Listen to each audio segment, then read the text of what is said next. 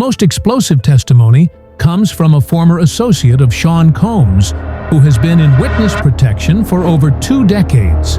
Speaking from behind a screen to protect his identity, the witness describes conversations where Puff allegedly discussed the need to eliminate the Christopher problem because Big was becoming too independent, too expensive, and too much of a liability. Puff said Christopher was getting too big for his britches, the witness testified. He was asking too many questions about money, wanting more control over his career, and talking about leaving Bad Boy. Puff said he couldn't let that happen, that Christopher knew too much about the business operations. He said sometimes you have to cut off a finger to save the hand. The witness describes a meeting in early 1997 where Puff allegedly outlined a plan to have Christopher killed in a way that would look like West Coast retaliation for Tupac's death.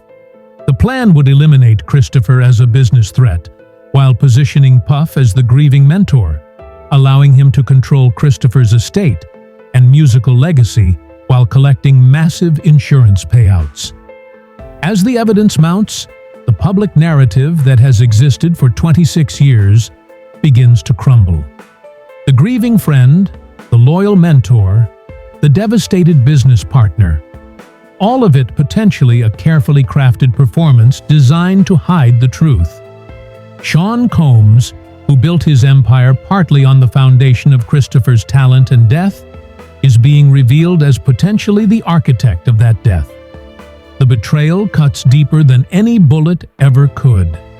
For 26 years, Valletta Wallace trusted Sean Combs, considered him family, allowed him to profit from her son's legacy while believing he shared her grief and her desire for justice. For 26 years, Christopher's children grew up calling Puff Uncle Puff, never knowing he might have been responsible for their father's death. The hip-hop community's reaction is seismic and immediate. Artists who have worked with Puff, who have praised him as a mentor and mogul, are forced to confront the possibility that they've been celebrating their friend's killer.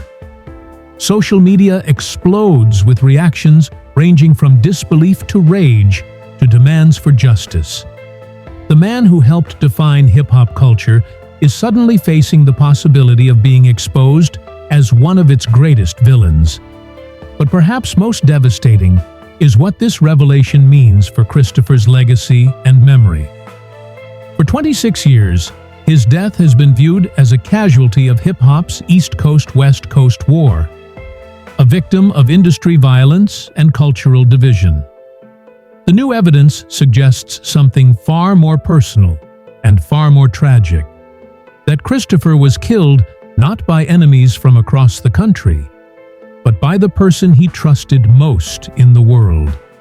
The courtroom evidence paints a picture of calculated betrayal that spans months of planning and preparation. Christopher, focused on his music and his family, trusting his mentor completely, had no idea that his success was making him a target for the very person who was supposed to protect him.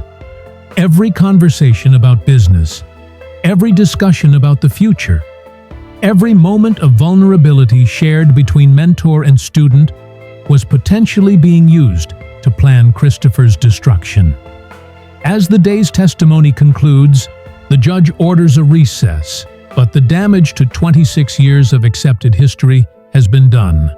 The evidence presented suggests that hip-hop's greatest unsolved mystery wasn't unsolved at all.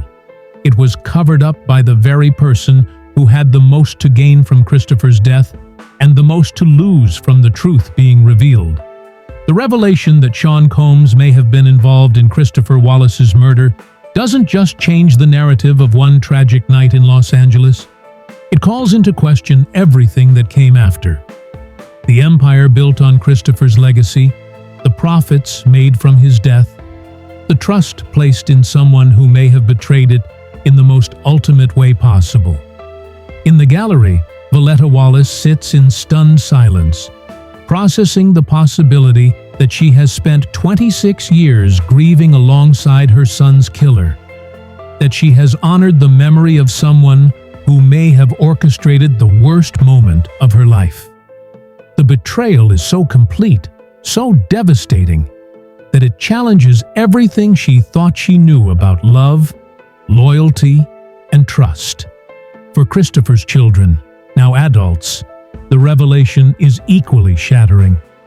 Their father's best friend, their Uncle Puff, the man who promised to look out for them and honor their father's memory, may have been the one who took their father away from them.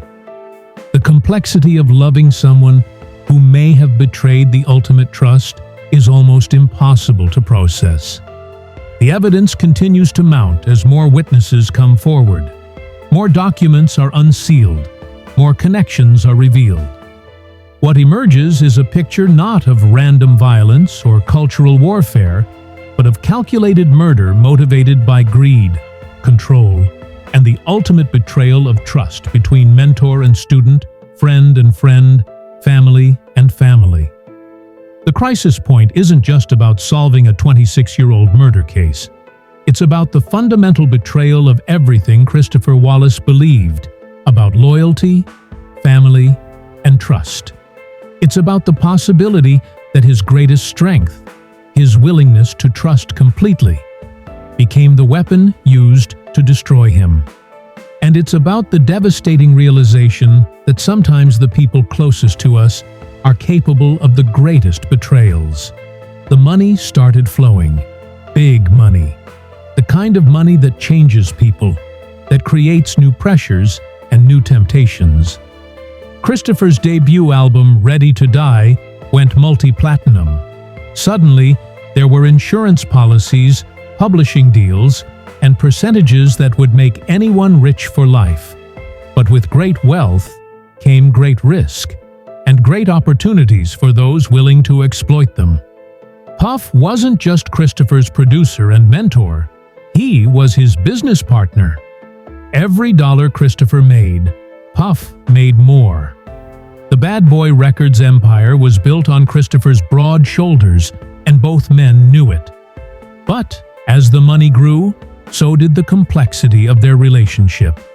What started as big brother mentorship evolved into something more complicated, a business partnership where the stakes kept getting higher. Meanwhile, across the country, another drama was unfolding. Tupac Shakur, once Christopher's friend, had become his most vocal enemy. The beef started over misunderstandings and grew into something that consumed both artists. Christopher never wanted the war, but he was forced to respond. Each diss track raised the stakes. Each public confrontation made the streets choose sides.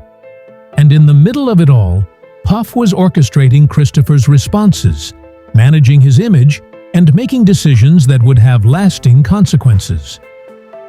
The 1995 Source Awards in New York changed everything.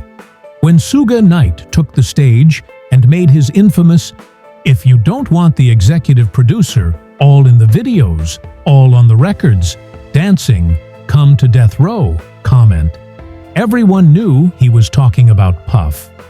The crowd erupted. The battle lines were drawn.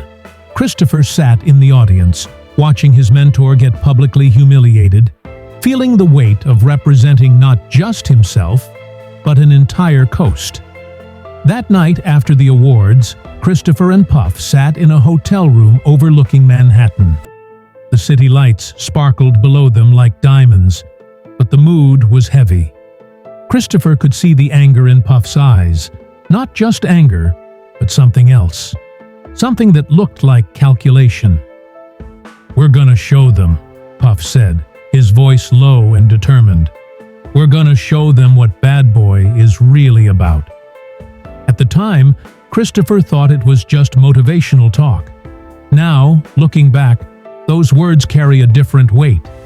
The pressure intensified after Tupac's shooting in 1994. Christopher was blamed, though he had nothing to do with it. The media painted him as the villain, the East Coast aggressor in a war he didn't start.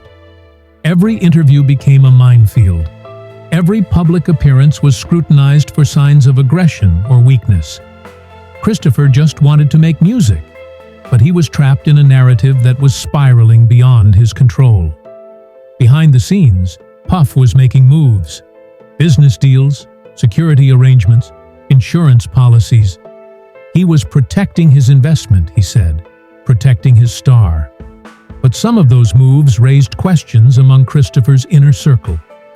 Why were certain security details changed at the last minute? Why were certain people suddenly given access? Why did some financial arrangements seem to benefit Puff more than Christopher?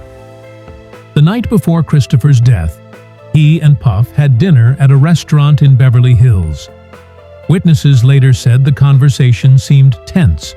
Christopher appeared uncomfortable, almost nervous. Puff was animated, talking about future plans, about taking the music in new directions.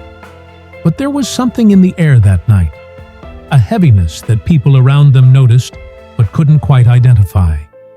At the Peterson Automotive Museum party on March 8, 1997, Christopher was in good spirits. He laughed with friends, took pictures with fans, and seemed relaxed for the first time in months. The party was a celebration. Life after death was about to drop, and everyone knew it would be massive.